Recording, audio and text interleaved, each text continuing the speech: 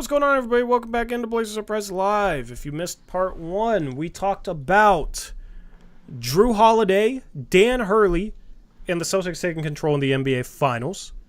You can go find that stream. It lagged out, so this is part number 2. And in this section, this part of the stream, we're going to talk about the Blazers' upcoming workout, touch a little bit upon a mock draft, if my internet allows me to, which, once again, I can't freaking stand Xfinity. It freaking sucks.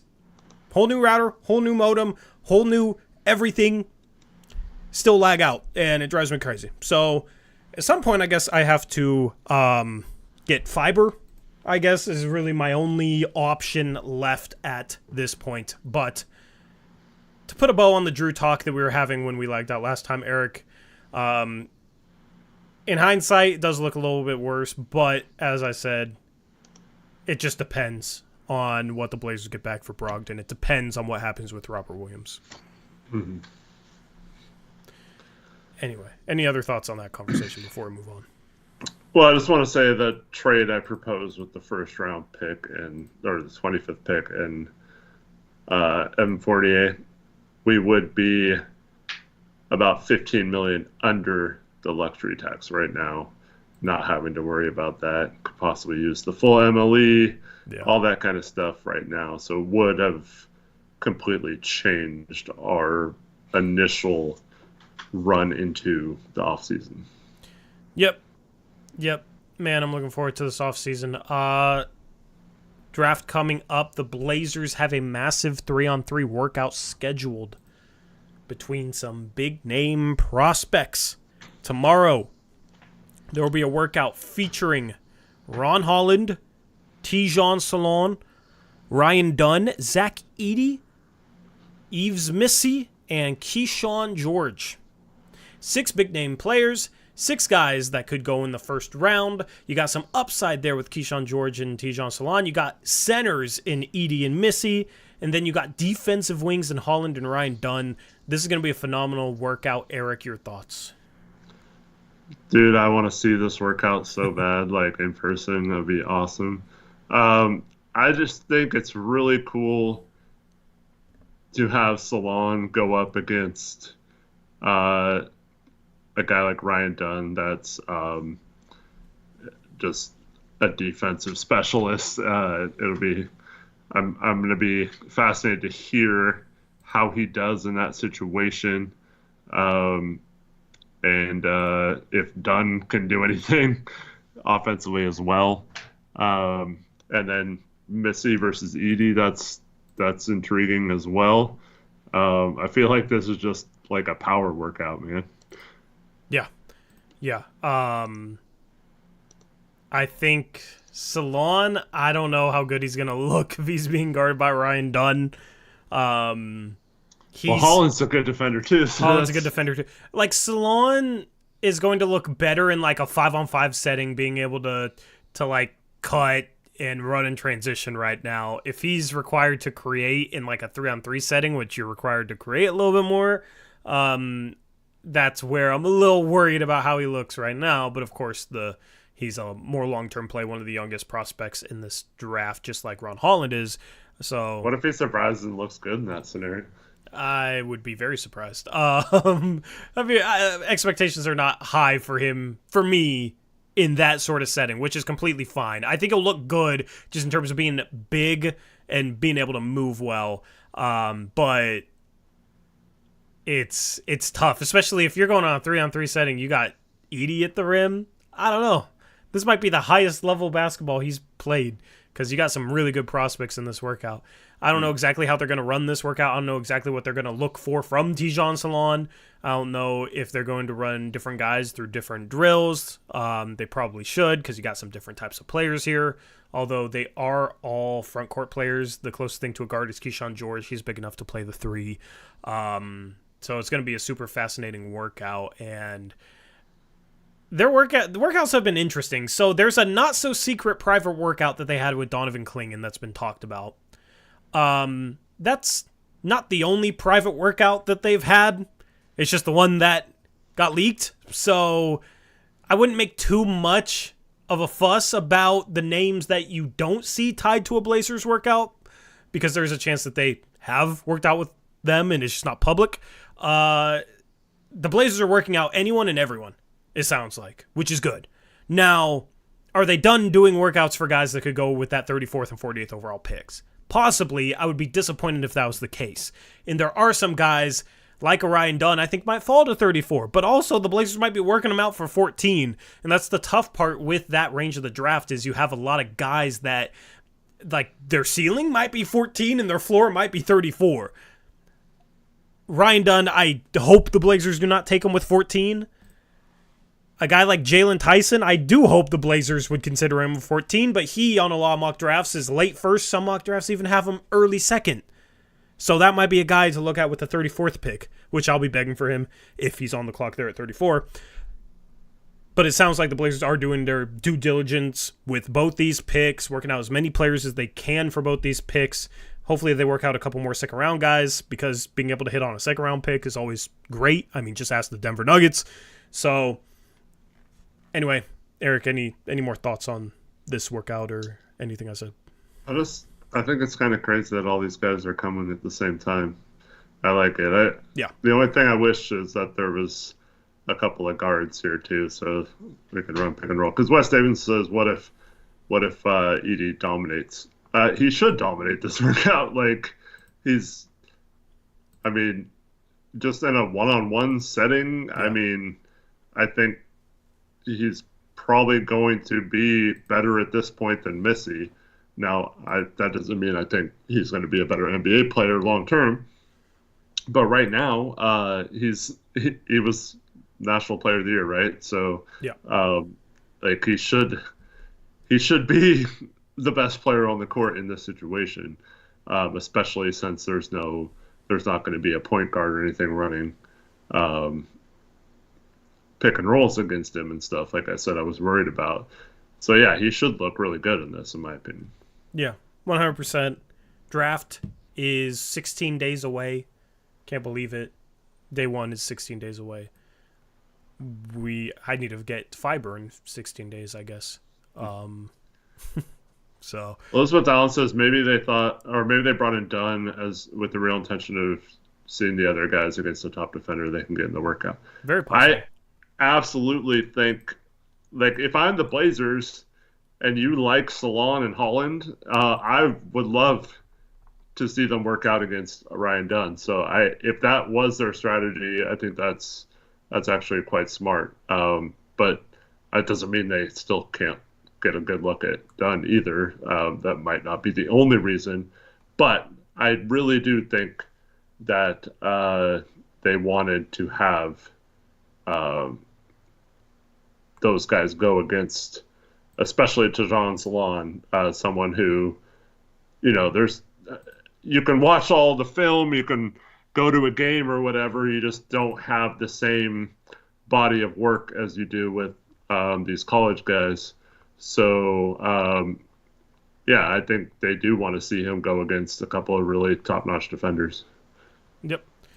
100%. That's a smart play. Bring in some guys that can play different sides of the floor. Bring in Missy, an legitimate NBA center prospect that should go in the first round to play against Zach Edey. I'm sure they're going to try and get a feel for how good Zach Edey's foot speed is, because that's the number one thing for him at the next level. Can he defend the pick and roll at all? Can he move in space at all defensively? Or is he just going to be a turnstile? We haven't really seen him guard out in space before, because in college there's no defensive 3 seconds. You're allowed to just kind of sit in the key. And defensively, that's pretty much what he did. So, looking forward to seeing interviews from this workout as well. We can talk about them on the next live stream on Thursday. You're going to say so? Yeah, so this is the second person that's mentioned this in chat, different person. Always Compete says, greetings everyone. If Atlanta wanted to trade the number 1 pick for Scoot straight up, would you do it? No. Someone else asked that earlier and said we should do that and then draft McCain. That has to be a joke. We could just draft McCain I as don't think 7. it was. No, we could draft. No, McCain. I don't think it's That's 7. We could draft 14. Yeah. Yeah, I don't. What are we doing here? Where are we going with this? What are we talking about? No, I don't trade Scoot for number 1. No. Like, Scoot coming into the league was a better prospect than anybody in this draft is coming into the league. So, yeah, Scoot struggled, but a lot of rookies struggle. Scoot still has as much upside, in my opinion, as anybody in this draft. So, and I think he has just as likely of a chance of reaching it as anybody in this draft.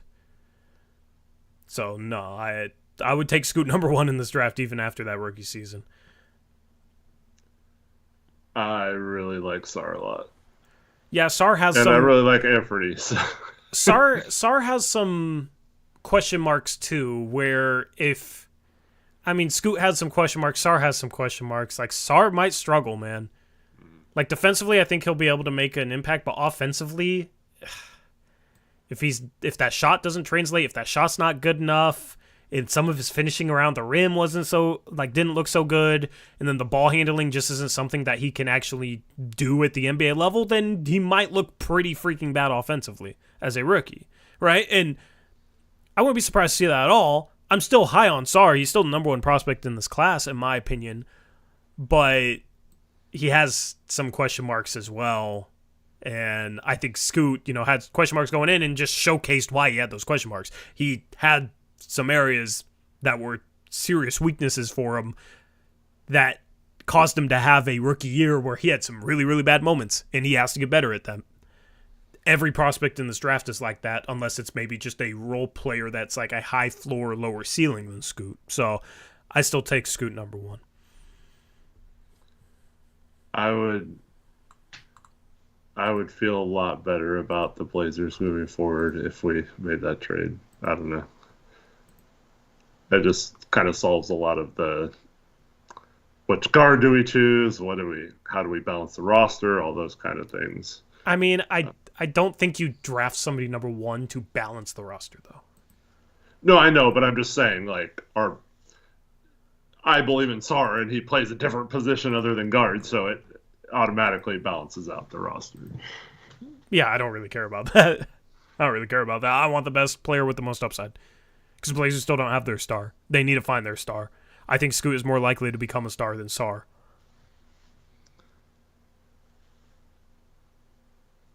Because Scoot has... Like, when you look at stars, what can they do? They can create for themselves and others.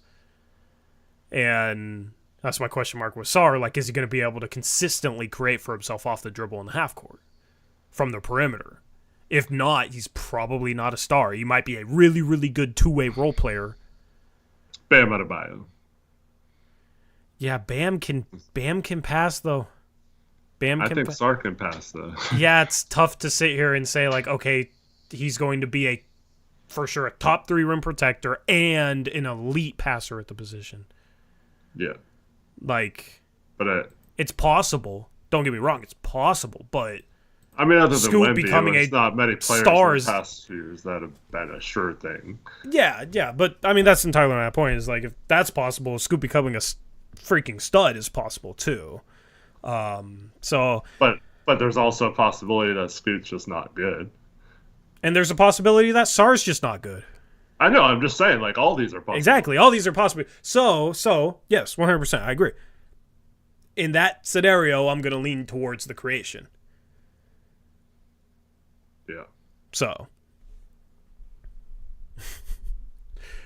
I'm going to lean towards the creation. I know it. I understand the position things. Like, yes, the roster does look better, but ultimately the Blazers are going to need a star-level creator. And I think that might be Scoot. What if we got Sarr, Connect, and Jalen Tyson at 1, 7, and 14? I mean, why don't we just get the guys better? Why don't we get the guys at 7 and 14 and keep Scoot? Because then we have an awesome rotation. If we drafted Connect and Tyson, we have an even bigger cluster than we already have. I mean, I don't really like Connect plus Tyson. I would like one of the two. I like both of their games. But even if you did that trade, I don't really know how I feel about both of them. Yeah. Like, yeah, Sarr might make sense to balance the roster if you just draft 2 wings on top of having a bunch of guards and wings already. It's just, you got to build your team around what you prioritize, which should be your top picks. So if you're going to draft guys after that, then if anything, you fit those guys to your top picks, not your top pick to who you're drafting later. So I don't know. I'm keeping Scoot. I'm riding with Scoot, man. I'm ride or die with Scoot. Yeah. I mean, obviously the Blazers are going to as well. Yeah. Yeah. I just feel like if we trade Scoot for number 1, Sarr's going to be like Nick Claxton with a better free throw, and that's a bad comparison. Nick Claxton is short too. Who's like the lower end comp for Sarr?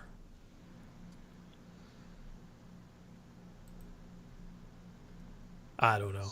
Nerlens Noel. There really isn't. I don't know. I can't think of a lower end comp for him. Mo Bamba. But I mean, he's already shown like way more ability to put the ball on the floor that like a lot of those centers, like you hope they would do it, but yeah, I mean, there's been a few guys that have, like Dragon Bender was supposed to be able to put the ball on the floor. Thon Maker was supposed to be able to put the ball on the floor. Now they were not good defensively. They were not as good of prospects. They weren't as good athletically either, but we've seen a number of guys that are big that can like put the ball on the floor at lower levels and then just can't in the NBA. Like they're not strong enough, or they're not quick enough, or they're not, XYZ, whatever. So I'm not 100% sold. Now, this is coming from a Sarr fan. I just think he has question marks. And Scoot has question marks. Scoot's going to answer him next year. I'm looking forward to it. Yeah. Anyway. Let's do a quick little mock draft. Let's just talk about each pick. So it's not going to be like a normal mock. We're just going to talk about each pick in the lottery and some of the rumors, some of the prospects that could be taken with said pick. Okay? So, number 1, Eric, there's a lot of Zachary Reese-Shea buzz there right now. There's also a little bit of Donovan Clingan. The rumor is that Quinn Snyder wants Clingan. Yeah. And he wants his Gobert. A lot of Atlanta's fan base has started to come around to the idea that Clingan would be okay at 1. But then I've also seen a lot of mock drafts with intel that have Reese-Shea going 1 now. Is it 50-50 that Sarr goes number 1? Or is it greater that chance that he doesn't go number 1? Like, where are we at with this? I mean, I would like to think, I guess, in terms of just Atlanta's sake, that they're not dumb. But, I mean, Tori, if they don't pick him, I mean, could he fall to 3 maybe? And would we have a chance to get him? I don't think it's out of the realm of possibility. I think Washington would go Sarr over Clingan, so you have to have Clingan go 1. And then Washington has to decide Reese-Shea over Sarr. But Washington desperately needs big man depth. Yeah. So I don't think they decide Reese-Shea over Sarr. So I just don't see a world in which Sarr falls to 3. Like, how would the top 2 go in that case? I've heard they really like Clingan and Reese-Shea. Washington? I mean, who knows? Like, I ain't gonna roll it out. I would love for the Blazers to trade up from 7 to 3 to get Sarr if he's there. Like, attach Jeremy Grant to 7 and let's cook. Let's figure it out. But it's a long shot. It's a very, very big long shot. Yeah, but I think there is a small, tiny possibility if he doesn't go 1. Obviously, if he goes 1, we have no chance to get him. But Yeah. The only player out of those 3 that I think might not get taken top 3 is Klingen. Klingen is the wild card right now at the top of the draft. Mm-hmm. Because Sarr and Risacher, I think, are both, at this point, all but guaranteed to go top 3. The thing is, if those 2 go top 2, and then Klingen's on the board at 3, then where does Houston go? Because they have Sengun. Sarr, I think, could play next to Sengun. Klingen, I don't think it's good to play him next to Sengun. Defensively, it'd be a disaster. What if Cronin's hoping that Sarr goes 1, so Klingen falls to 3? I mean, he could be hoping a million different things that I don't agree with. Yeah, who knows? But Klingen is the one guy that could fall beyond that. And it's just funny because if he doesn't go top 2, then Houston at 3 could pass on him. And then San Antonio's at 4 could pass on him for sure. And then Detroit's at 5. They have Duran, so they could pass on him. And then Charlotte's at 6. Like, if Castle's there, I think Castle's a perfect fit for Charlotte. I think they could pass on Klingen as well, and that puts Klingen in our laps, which apparently we are the floor for him. Yeah. So Klingen is the wild card here. And then I think the other wild card is Houston at 3. Like, they have players at every position. Mm-hmm. And they are the first team that I think could trade down or out of the draft looking to be more competitive right now. So will they trade that pick? Or if they don't, who are they taking? Could they take Rob Dillingham? I've seen a ton of Reed Shepherd linked to them, but are they actually going to go Reed Shepherd? I don't think it makes sense to put Klingen next to Sengun. And it's funny because I haven't seen much Castle to Houston, but I don't think that's terrible either. The shooting is a bit rough, but at least you get somebody in there, another guy that can play some defense. So, what do you think happens with this 3rd overall pick? I think they might trade it, but if they didn't trade it, assuming like Risacher and Sarr go 1-2, maybe you can make the case, Sengun has a torn ACL or whatever. Maybe you could bring him back slower. But, yeah, I don't know. I think Reed Shepherd makes a lot of sense for them. Yeah. It's like kind of a combo guard that can shoot. Something that's a need for them. For San Antonio, Dillingham, Castle. I mean, Castle there would be... I like Castle's fit on a lot of teams. I just really like Castle. But defensively, Castle with Wemby. Yeah. You got a point of attack and rim protector like that. That's scary. I have a feeling they go Castle if he's there, and Risacher isn't. I have a feeling it's either going to be Risacher or Castle at 4 for San Antonio. But I'm not sure. Maybe Dillingham. But I feel like they would just wait on Dillingham in that case. Because you can take Castle and Dillingham if you're San Antonio. Yeah, you could fall to 8, I guess. I mean, there's some risk there doing that. But yeah, but I mean, if anything is going to make up for Dillingham's defense, it's Castle and Wemby. And Dillingham can play off the ball just as a shooter. Yeah, I mean, well, just Wemby makes up for a ton. But I wonder how Castle would react to that. I mean, here's the thing. Like, a lot of teams don't even necessarily have, like, de facto point guards anymore. A lot of guys have a guy that's listed as a point guard but doesn't bring up the ball half the time. Yeah. Somebody else will bring up the ball and then initiate the offense, and then they'll run the offense.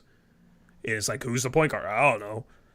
So wherever Castle goes, he's probably going to bring up the ball sometimes and initiate sometimes, and he's probably going to have teammates that bring up the ball sometimes and initiate sometimes, whether he's the point guard or not.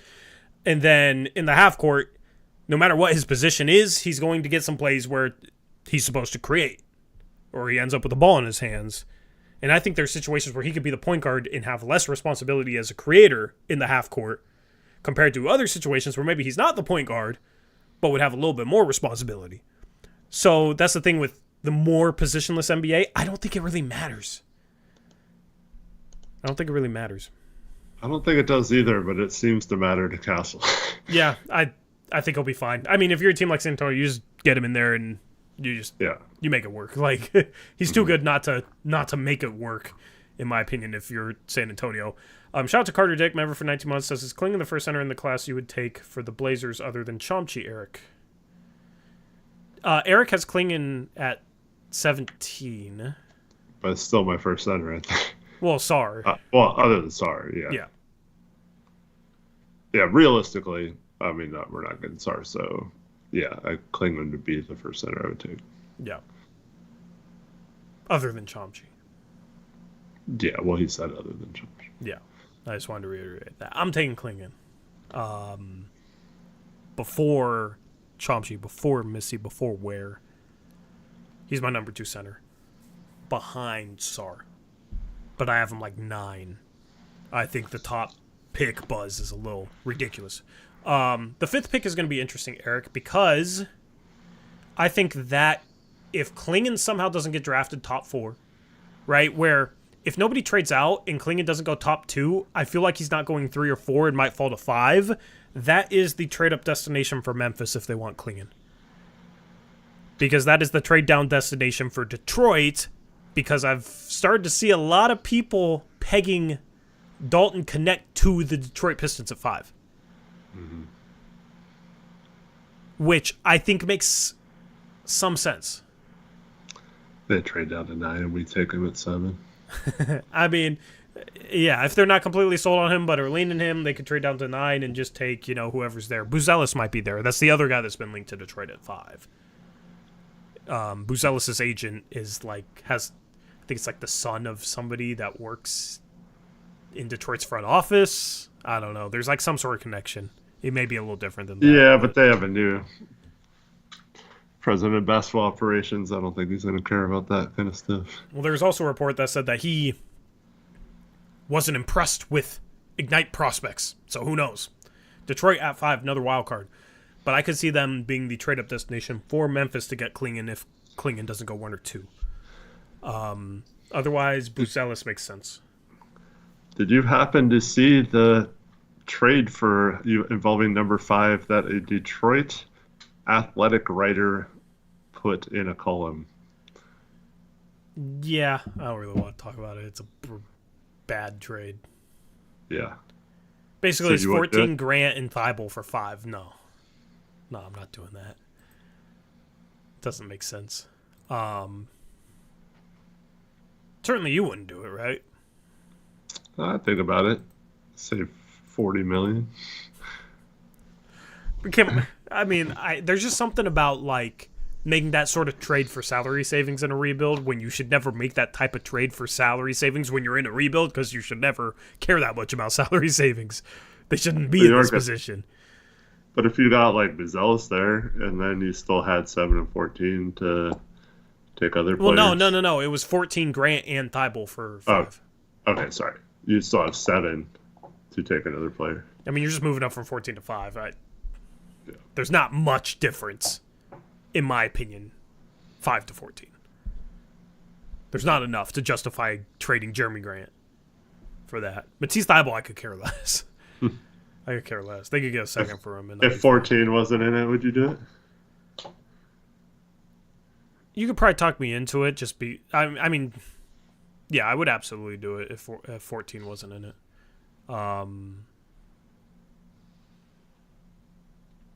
Yeah, I would do it. I just don't think Detroit would do it. Detroit's not trading Duran for the 7th picks. Yeah. I think Detroit is either drafting somebody there or trading down and getting more draft capital and trading down to 9 and hoping connects there. And then Memphis takes Klingon 5, and then you got, let's say you had Shepard 3, Castle 4, Klingon 5, right? Memphis trades up. Then 6, you got Charlotte. And then Charlotte, I don't know who I like for them I kind of like Klingon for them if he was still on the board. I'm not sold on Mark Williams. He's a bit injury prone, so they don't really have a center. I love Castle next to Brandon Miller and LaMelo Ball. I love that fit. But without those two on the board, I don't know who I like for them at that pick. And I don't know who they like. And that's the pick before ours, so that's interesting. Yeah, I think Buzelis would make a lot of sense for them. You have your forwards of the future with him and Brandon Miller. Yeah. I think they'd be a good fit next to each other. Yeah. Buzelis would make sense, for sure. But I could see them going with like a Cody Williams and going with big wing, right? Mm-hmm. I still think Cody Williams might go before the Blazers pick, but it would probably be Charlotte. Maybe Detroit would take him. But his stock has slipped. Ron Holland's stock has slipped. Buzelis' stock is apparently slipping. At this point, I don't know. The Blazers, they might take a guy like Connect over guys like Holland, guys like Buzelis.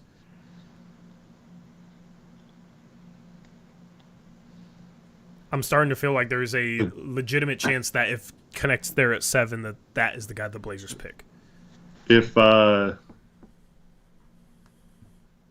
Holland falls out of the lottery, meaning we passed on him twice, that'd be crazy. Yeah, you got to take Holland if he's there at 14. You have to, if you're Portland. I agree. Buzelis is a wild card. His stock is going to be all over the place. Holland is a wild card as well. There's question marks about Holland's attitude and workouts and this and that. I think Buzelis, the issues are, can he actually shoot at the NBA level? And then is he strong enough to play at the NBA level? Like, is he just going to get pushed around?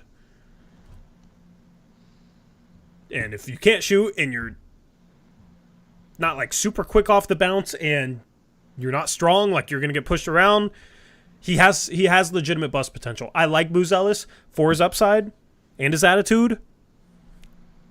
He has some red flags which could cause him to drop. And could cause Portland to pass on him for a safer pick. Very possible. And then the rest of the draft, I mean, any other picks stand out before 14 for you with like a strong fit for them with a player?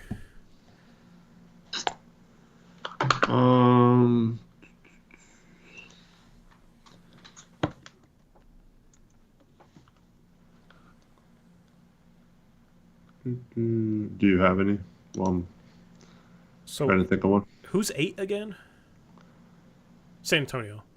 Yeah, yes. I don't know there. I mean, Dillingham, if the draft falls like the way we're talking about Dillingham, I think is the pick there at 8. 9 is, if Detroit trades down, then who knows who they take at 9. I do like... We haven't talked about Topic. I do like Topic in Utah.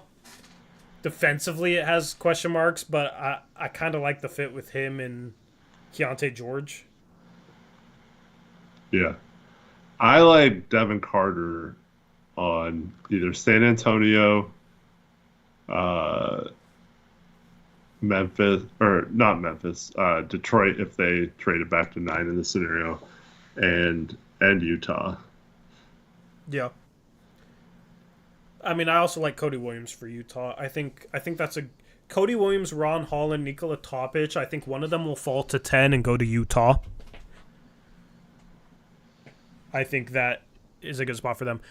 Chicago at 11, if they actually are going to start a rebuild, you might as well take a swing with Salaun. For me, that is the... Like, unless Portland or San Antonio takes him at 7 or 8, 11, 12, Chicago, OKC is the landing spot for Salaun. But who knows what Chicago's going to do. Did you hear the rumor that OKC promised Deron Holmes at 12? Yeah, so I saw the Deron Holmes promise, and we started talking about it, and I was thinking about, like, what is the top pick that I could see him getting promised with, and it was OKC. Yeah.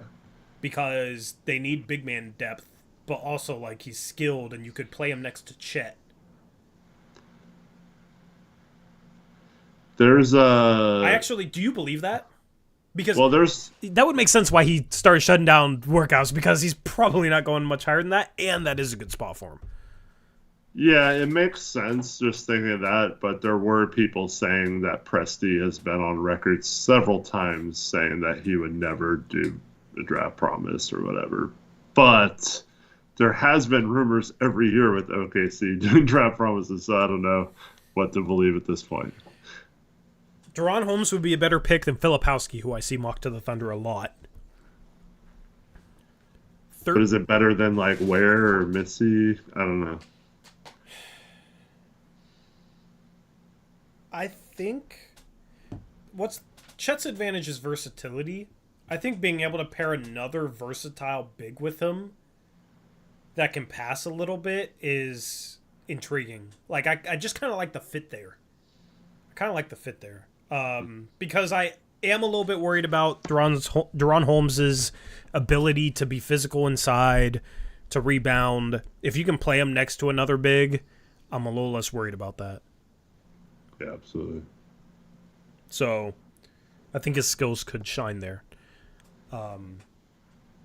You know who he kind of reminds me a little bit of? Who's that? PJ Washington. Yeah.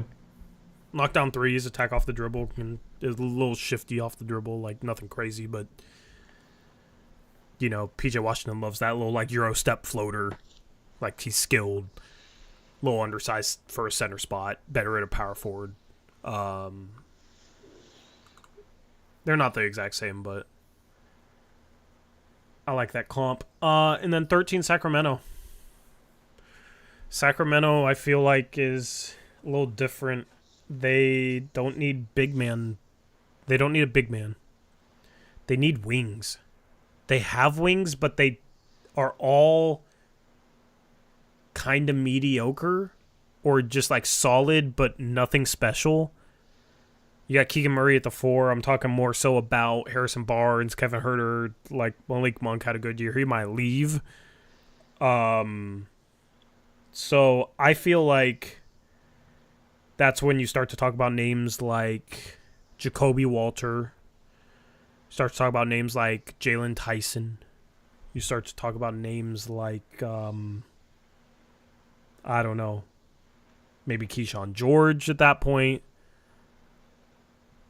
If Dottier really rises, then maybe that's a spot for him. Like, that's kind of like the top end of his range, but there's also a chance that he withdraws his name still. I can't wait for Sunday. We'll know for sure. Yeah.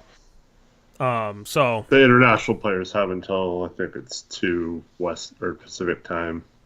Yeah. So withdraw Sunday. Yeah. So start to get some intriguing names there at 13, and then of course Portland's at 14. Yeah, to me it depends on who we draft. Because, like, if we draft Klingon, obviously we're not drafting Ware or Missy or someone here. If we draft Connect, I don't know if another, like, kind of barely big enough to play small forward type player like Tyson's, like, the right play there either. So I'd probably want more of a bigger forward in that case, or a center. So I think it just kind of depends on what the pick at 7 is. Yeah. What's your gut feeling? Say right now. 7 and 14.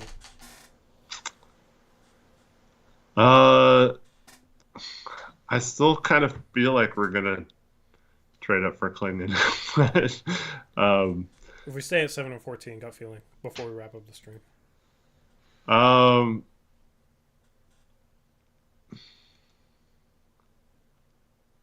I mean, we still have to work out some players, but I'm gonna say Connect and Holland. Connect and Holland. One of Holland or Topic will fall to 14, and we're gonna take one of them.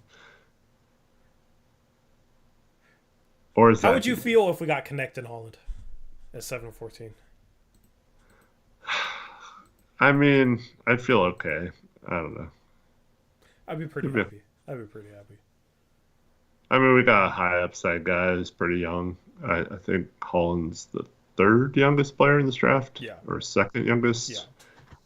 I think him and Salaun are right around the same age, so. Yeah. My gut feeling is Connect at 7 and where? Yeah. Yeah. Yeah. Where? I guess this could change a lot with the workout tomorrow. Yeah. Miss your Edey. Oh, wait. No, Edey. Connect and Edey. Yeah. No. I feel like they need to go with an upside guy after taking Connect to 7. And, yeah, my gut feeling is Connect and where right now. Yeah. Anyway, chat.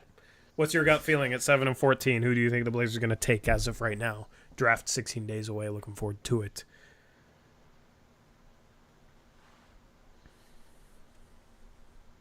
Topic and Edey? You think Topic at 7? Dillingham and Carter, nice. Or Torrey's Brooklyn Nets. We're just going to draft all. Hey, at least I drafted guards with size.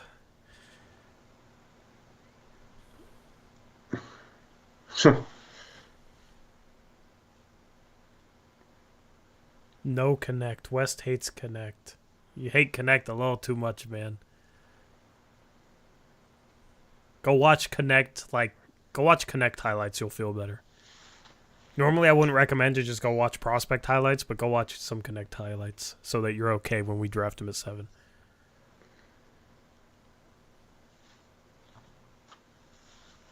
It's fun looking forward to this draft without like, oh, we need to trade 3. What can we trade 3 for? We have to trade 3. Wait, we might keep 3. Oh no, what happens if we keep 3? What happens if we draft Scoot? How does that work with Dame? Does Dame even want to stay? All that conversation. You know, there's an element of fun to it, but it is fun this year to just talk about like, man, who are we going to get? Who are we going to draft? What prospects are we bringing in? It's simpler, but also it's not so simple. Why are we talking about Connect right now? Because my gut feeling is that they take them.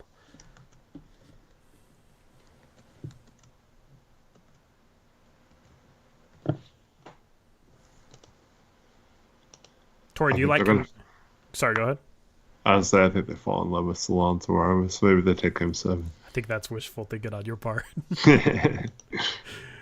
Oh, man. You never know. You never know, but... It hasn't happened yet, so you can't say that they don't like him or not. Yeah, I'm not saying they don't like him or not. I just think, you're hoping that is the case. So, wishful thinking. We'll see, though. We'll see. Do I like Connect more than Tyson? Yes. Barely.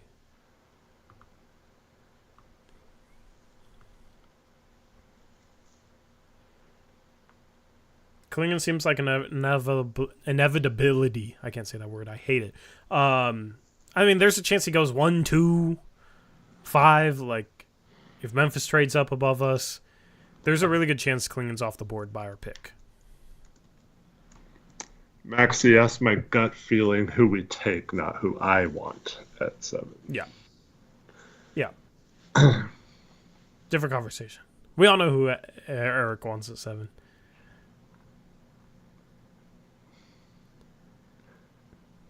Do you... All right, so you mentioned that they're possibly doing other private workouts, right? Yeah. Do you think it's possible that if they do other private workouts and they like the player, they would keep it quiet or say they don't like that person as much, and they're hyping up Klingon because they don't actually want to take him, and that's the reason why it's like public now? I mean, that's always a possibility. But I just don't think they're playing chess to that level. Yeah. This front office, I don't think they're playing chess like that. So They don't play games. yeah, it's. They're just like, we want Klingon and we're gonna get him. I think they try and keep things quiet. I think that's the extent of their. But that's why it doesn't make sense that the Klingon stuff has been so out there how badly we want. Maybe it wasn't supposed to get out. But I mean, you'd think they would possibly shut that down though, and just say they're extremely pleased with Aiden last year. And I mean, how exactly do they shut that down though? Like, I don't know. In Cronin's tenure, has there actually been a rumor / smokescreen used in a 4D chess move? Oh yeah, that they wanted to build around Dame. That was the only one. every one of his press conferences has been a smokescreen. Yeah. Other than that, I don't think so.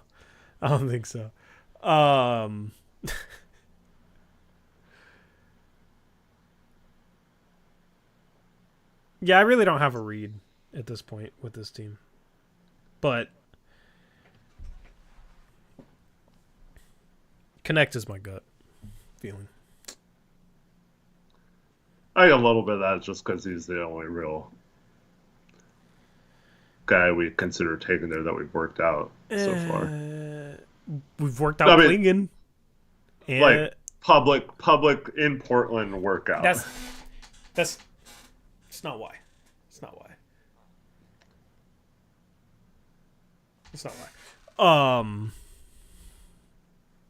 He better wear number 4 when he gets here. Why? What do you mean why? Connect? Yeah. Oh, Connect 4. Okay. Yep. I was waiting for you to get it. Yeah, give him Mo Harkless's old number.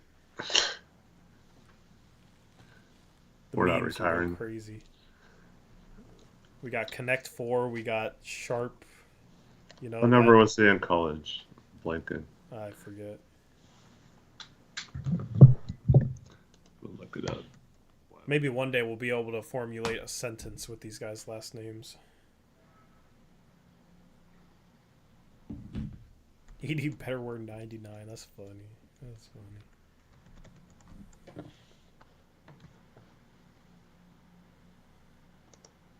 Outside of the lottery, I'm almost sure we're taking Dylan Jones in the second round. He was number 3. Yeah, he should have been number 4. He was 5 at whatever Dakota State he was at. Embarking Box said outside of the lottery, I'm almost sure we're taking Dylan Jones in the second round. I'm not certain of that at all. I'm not certain we keep our second round picks. But I would not mind Dylan Jones in the second round. Almost every draft, when you look at guys that went too low, it's always somebody that was older and went lower because they're older.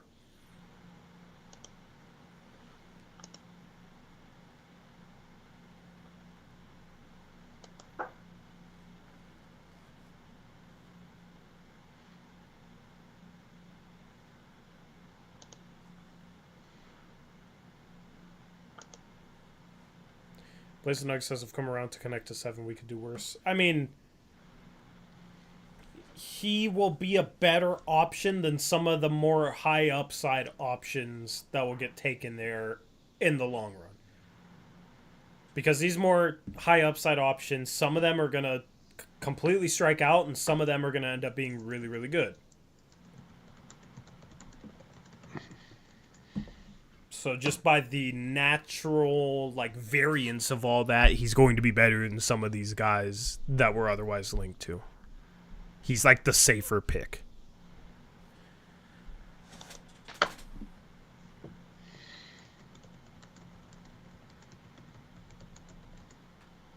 Why doesn't anyone like Cody Williams? He's going to be great once he puts on weight. I mean,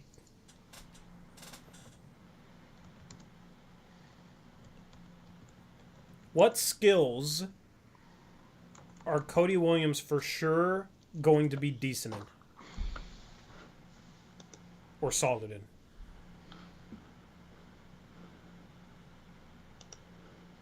You can't say that about his shooting. I don't think you can say that about his defense.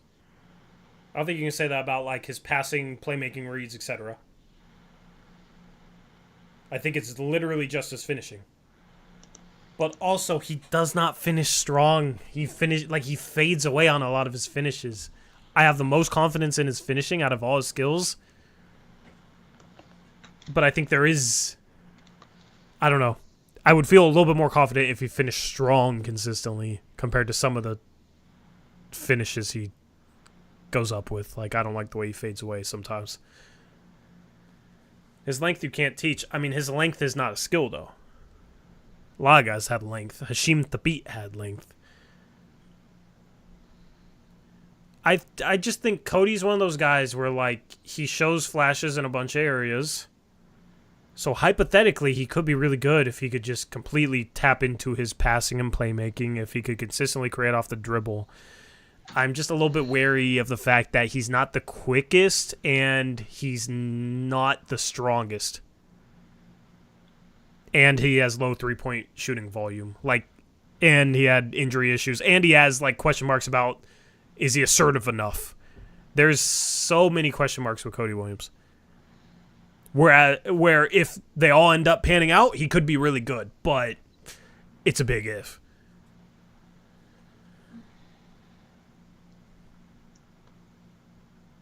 Man, you're leaning way safer than you normally do. It's kind of weird. I mean, I just think of this draft, these prospects have a lot more question marks than they normally do in this range. Yeah, but usually you'll kind of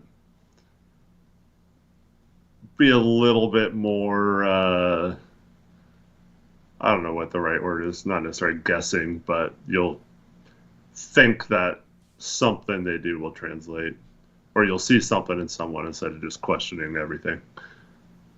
Yeah, but I mean, there's so many question marks that's why I'm questioning everything. I mean, there's question marks about everyone.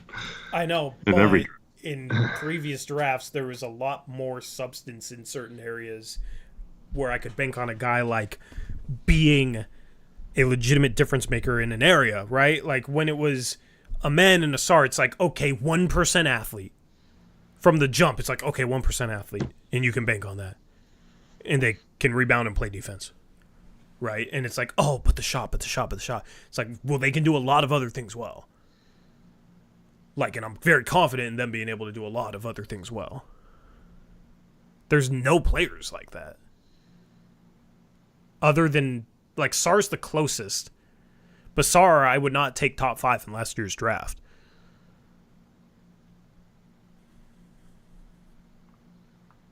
I would take Sarr 6th.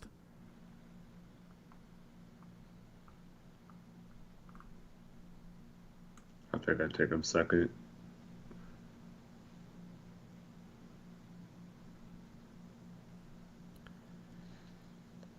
I get why. I would not take him over Scoot, Amen, Brandon Miller. It's funny, I'd take Brandon Miller ahead of him. I guess I'm just a little lower on Sarr than you, even though we both have him number 1. Are all those question marks about Cody valid, though? Oh, yeah, for sure. That's why he's slipping. Yeah. Yeah. I mean... But I said at the start of the season, I watched some Ron Holland tape, and I was like, dude, I don't see it. The first time I watched Zachary Ricochet tape, I said, dude, I just do not see it. I watched some Buzelis tape, and I was like, okay, I kind of understand, but, he's really potential number 1 pick? I watched Justin Edwards' tape when he was a projected top 5 pick. It was like, dude, I don't understand how these guys are top 5 picks. Do you remember those conversations at the start of the year?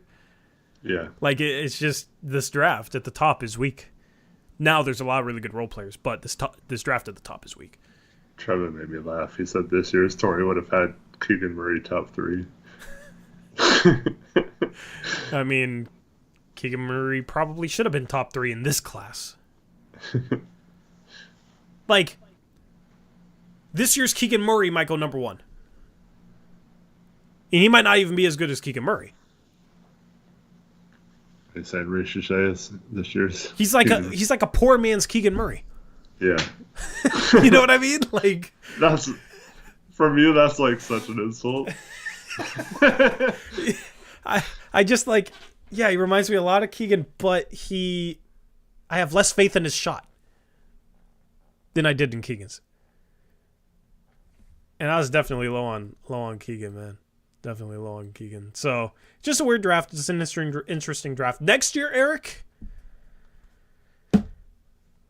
Hugo Gonzalez to the moon, okay? and Traore. My guy, Traore. Even though he's not going to Gonzaga, watch more tape on him. That dude is special, bro. Nolan Traore, Hugo Gonzalez, like, both guys I would take number one in this class right now. And that's, like, just off the little that I've seen of them. So I'll be back to normal next year, okay? Don't worry.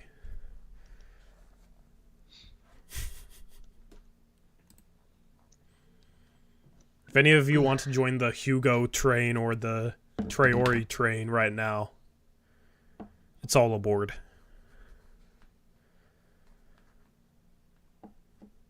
Who's your draft crush next year, Eric? Other than Cooper Flag.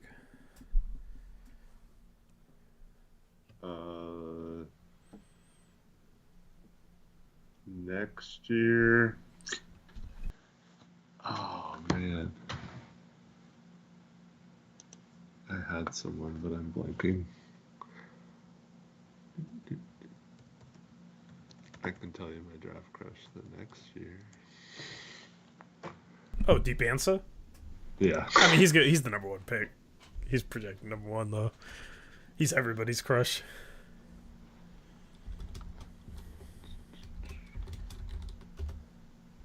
Somebody asked who my Chris Murray is this year. I said Filipowski, but also Filipowski I'd rather have than Chris.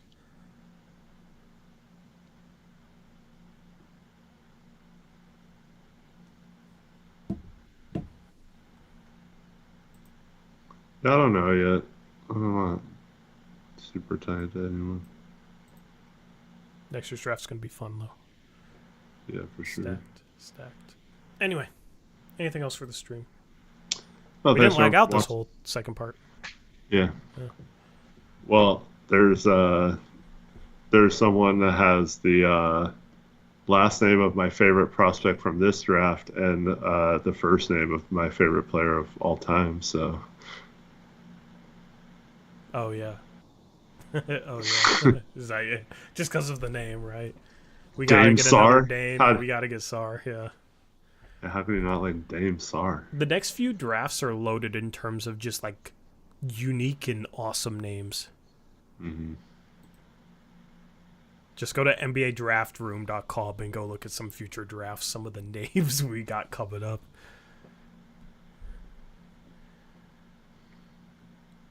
Anyway. Thank you guys for watching. Right here. Stream on Thursday. Looking forward to that. Maybe we'll do a real mock draft if we have nothing to talk about. On slow news days, we will do like a mock draft because that's time intensive. But today, I mean, we just talked for like 2 hours. So appreciate you guys. Anything else, Eric? Did Justin Edwards undeclare for the draft? Huh? Justin Edwards is in the draft. What do you mean? I know. I saw like a fairly recent mock draft that has him in 2025. Doesn't make sense. He was confusing me for a second, but no. Maybe it's Jesse Edwards. No, it's Justin Edwards from Kentucky. Weird. It's his picture. Weird. Yep. Hopefully that workout goes well. Yep. So we'll talk about workouts on Thursday. Talk about the next NBA Finals game on Thursday. We'll see if that series is over. We'll talk about the latest rumors. All that good stuff. Draft 2 weeks away. 2 weeks away. Anyway. Final words. Thanks for watching. Have a good night. Hope to see you Thursday. Yes, sir. We're out of here. Might get a video out between now and then. We'll see. I got some Bleacher Report stuff coming up. 2. A couple of streams later on this month and a mock draft collaboration video. Right now I'm on the clock at 7. I'm not going to say who I'm going to pick. You can watch that. Maybe I'll talk after. So I'll tweet that stuff out when it goes live. That should be fun. Anyway, We're out of here. Thank you guys for hanging out with us. Sorry about the lag. I'll try and get fiber before the draft because I can't let this happen during the draft. Looking forward to the draft. Anyway, until next time, as always, peace out. Go Blazers!